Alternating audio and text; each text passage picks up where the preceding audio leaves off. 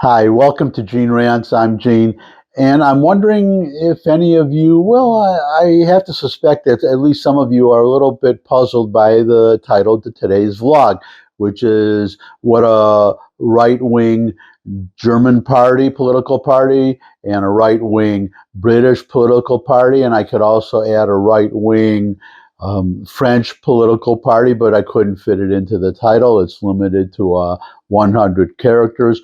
But what can these right-wing parties teach our American, these foreign right-wing parties teach our American left-wing Democrat Party, and it's becoming more left as farther and farther to the left.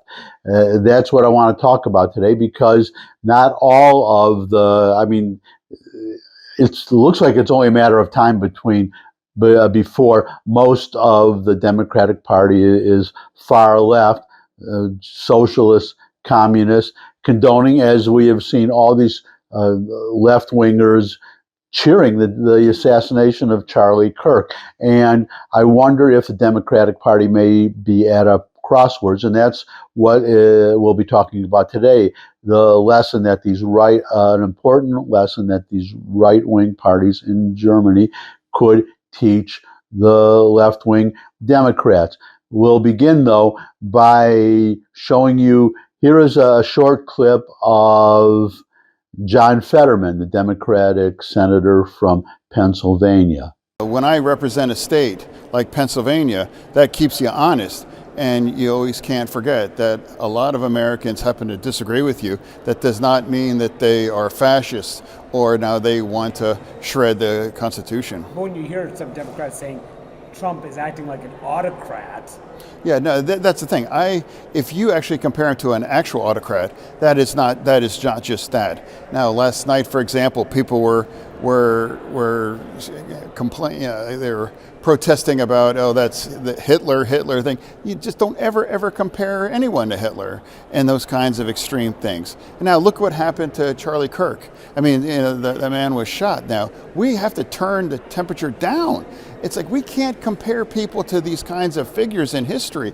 And this is not an autocrat. This is a product of a democratic election. It's like I participated in that. It was safe and it was secure. We lost. And the America people put us in the minority. And now that's democracy. And I revere democracy. I may not like the outcome, but I have to respect that, and I have to find and work through this. And I do believe that's what's appropriate. So you don't think that Trump is at all shattering any of the norms of democracy in any I'm saying he's definitely different, but that's what America voted for. Again, I don't agree with many of these things, but that does not make him an autocratic.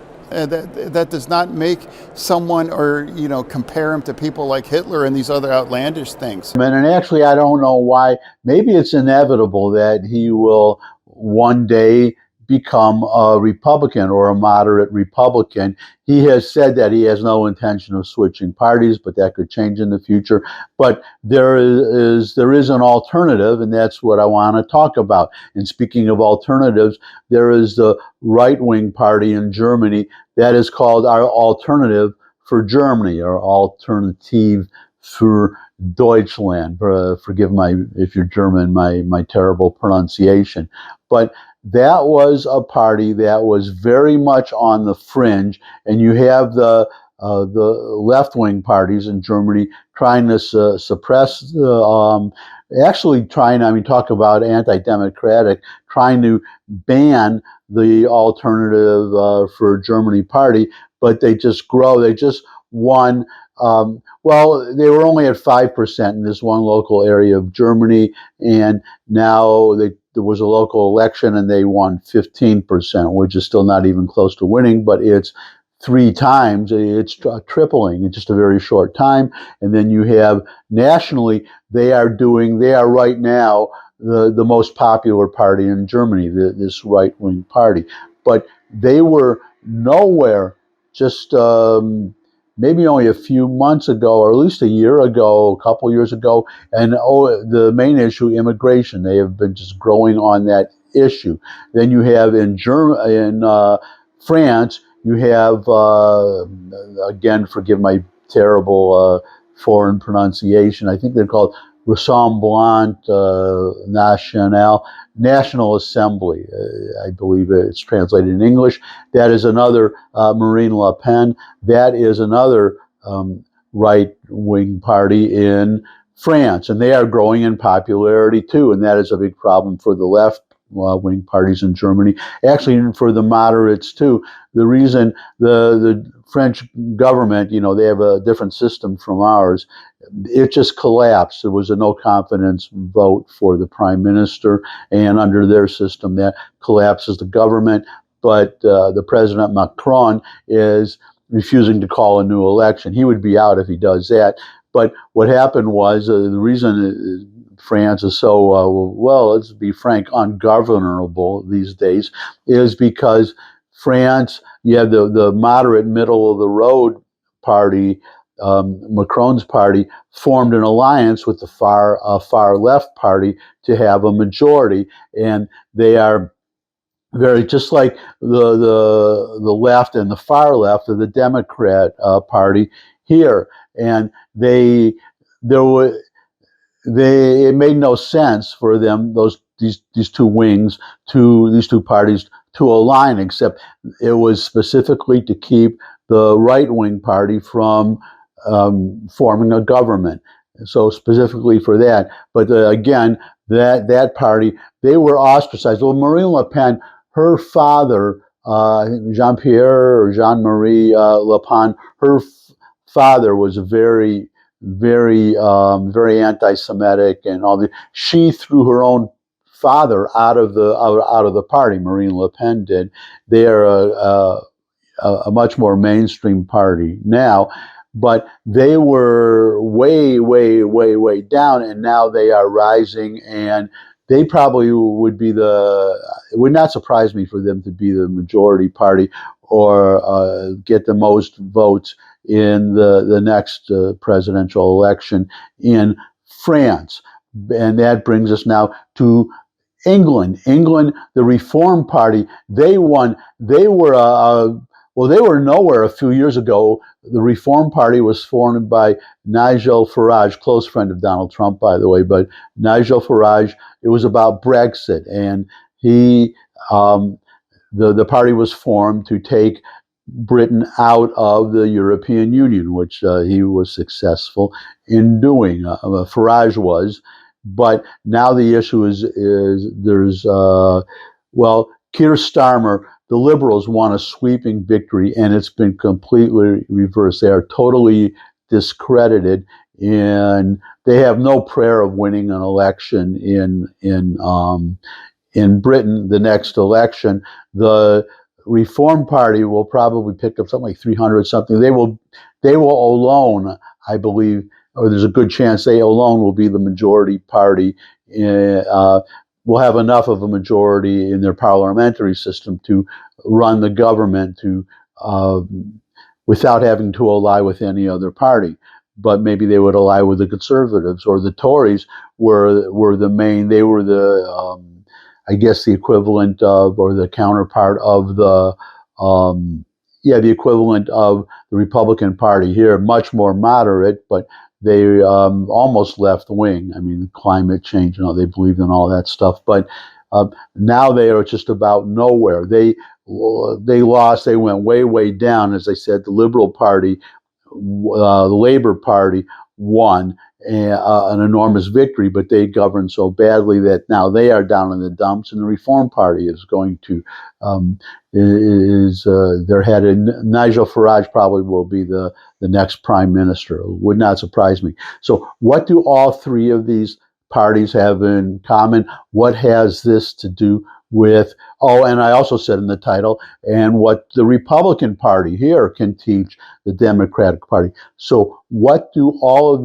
these four parties of the three European right-wing parties and the GOP, the Republicans here, all have in common? That is an important lesson for the Democrats, and this is what it is. It's that all of these parties were, number one, they were nowhere. They were nowhere just a few years, just a short time ago, and now they are either the majority or verging on the majority because they it was follow. I've said this many times in previous vlogs. They followed Margaret Thatcher's conservative advice, which was she's Tory, that was her party, but and former prime minister, which is win the argument, then win the vote, and that's what they would do. They argued their positions, and their position, which was a very small minority position, is now either the majority position or on the verge of becoming the majority position. And so that is a first lesson for the Democrats. All as you just heard John Fetterman saying, calling Trump Hitler and all that. Besides the violence that it encourages, but also that's not making an argument. That's not winning an argument, and then winning the vote. Just calling somebody a fascist is, number one, it's not true, as Fetterman just said, and number two, that has nothing. That's a far cry from saying what you would do if you would win. Your criticism of it's a far cry from criticizing specific Republican or Trump policies and nominees, Supreme Court nominees, whatever you want to, just anything that is an argument and then attempt to change people's minds, win the argument, then win the vote. That's how Trump won twice. And the point is that, as you heard from Fetterman, so that's number one point, is stop the Hitler stuff. It's not helping them, and it's even hurting them. And I mean, just all these things that these people are saying. I mean, they're basically campaign. Their quotes are put in campaign ads for Republicans. That's, at the end of the day, that's what they're doing. Celebrating the death of Charlie Kirk, just putting in there. Mom Donnie, just putting everything he says. This is the Democratic Party now. But this now, so that is lesson one. Lesson number two, which is where the GOP is in common with these other parties, the European parties. Lesson number two is we have to go back to the year 1854. Now, 1854 and the years before that, there were, I guess we're just destined to always have two major parties. And today it's the Democrats and Republicans. But in 1854, and for years before that, it was the Whigs and the Democratic Party. It was the Whig Party. Abraham Lincoln was a Whig, but there was what happened was the issue was slavery.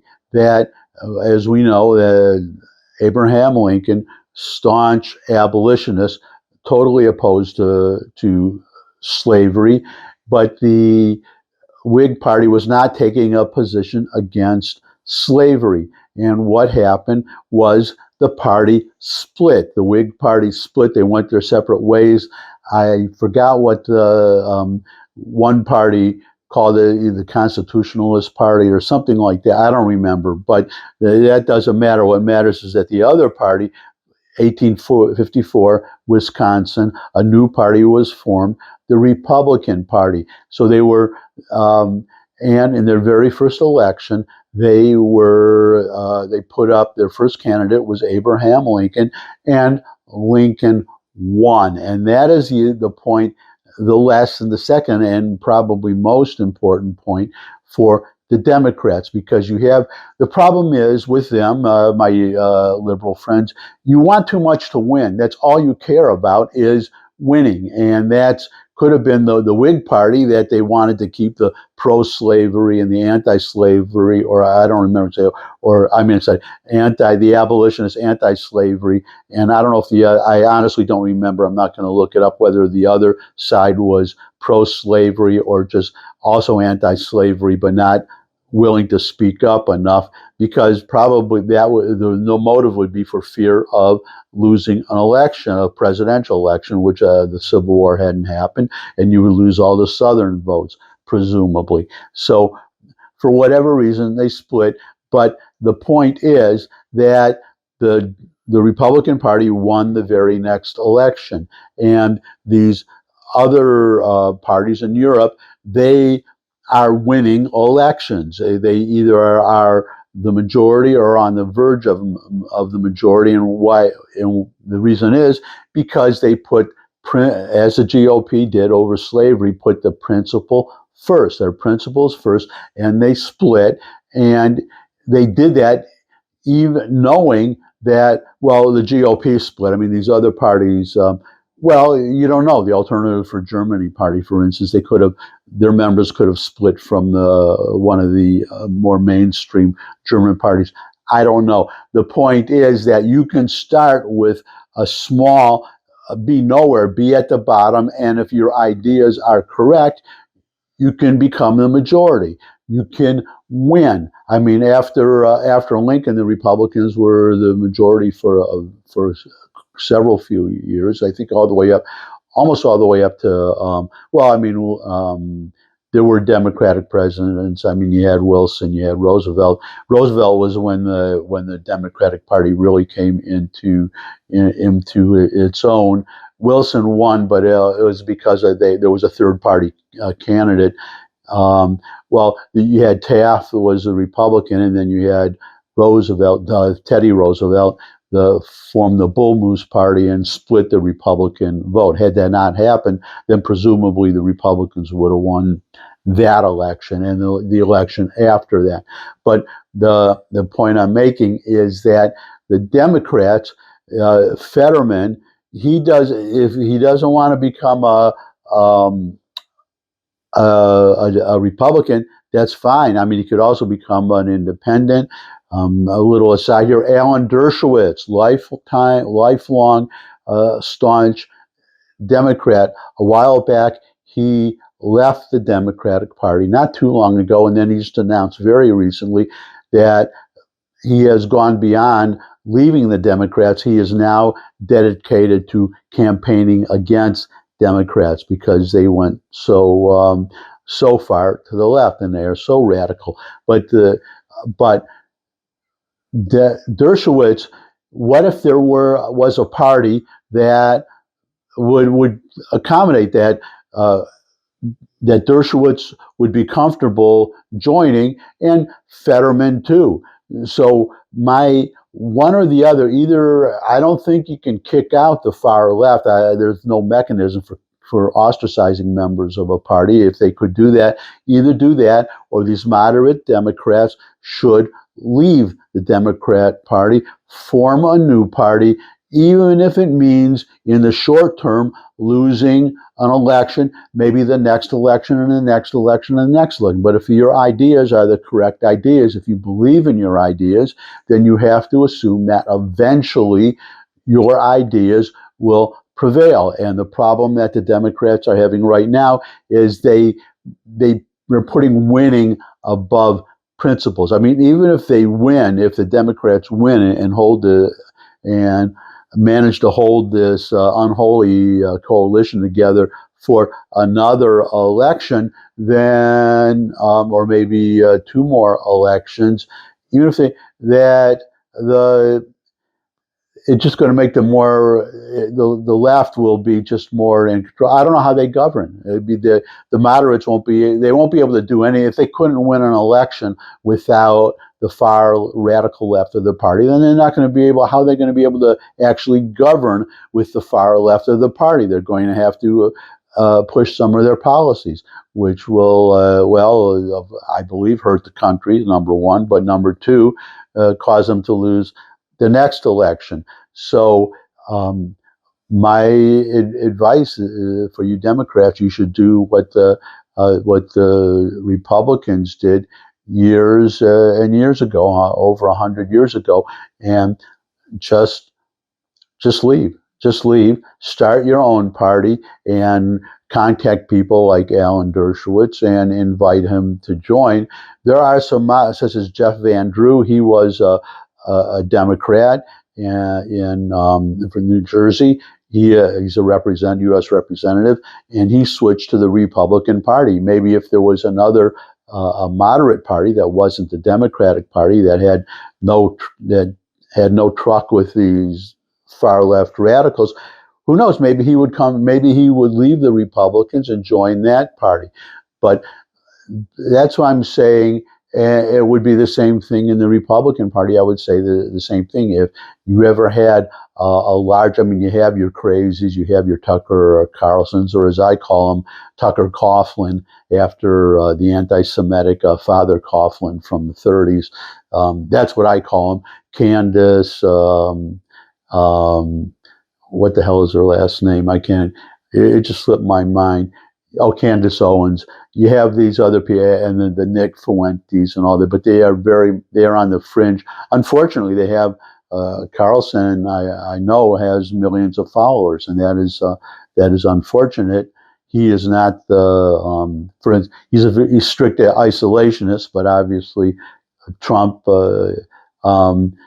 Trump. Well, Tucker Coughlin said that if Trump attacked, bombed the nuclear sites in Iran, that would be World War III, or Russia would start World War III in Ukraine. So none of that's happened. But the point is that the Republican Party did not heed them. Republican Party is not an isolationist party. So there you go. That's it for today. Final advice again. Just repeat my advice for you moderate Democrats, or you left-wing Democrats. I would say you should leave and form. Just admit that you're socialist and form or join the straight-out socialist party. There is one, and but I don't see them doing that because they are increasingly gaining control of the Democrat Party. So why should they leave? So it's up to you, moderate Democrats. Do you want to be in the party that celebrates the assassination of Charlie Kirk? Do you want to be in the party, especially you Jewish Democrats? I'm a Jew. I was a Democrat. I left in 1980. I saw the writing wall even then. Do you want to be? How long do you want to be in the party where if the platform becomes globalize the Intifada, basically the destruction of Israel and the murder of every Jew between the Mediterranean and Sea and the Jordan River, as what they would call a good start in killing every Jew all over the world, including all these Jews that are saying, free Palestine. So it's your decision to make. I made my decision in 1980, but who knows, if there was an alternative party to join, maybe I would have joined that party and not become a Republican. And these days I'm a conservative. I just feel better being independent, but I am a conservative for sure.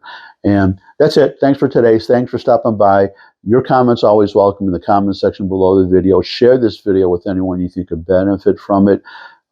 Subscribe. Most of all, come back and see me again. I'd love to see all of you again. And until I do see all of you again, bye.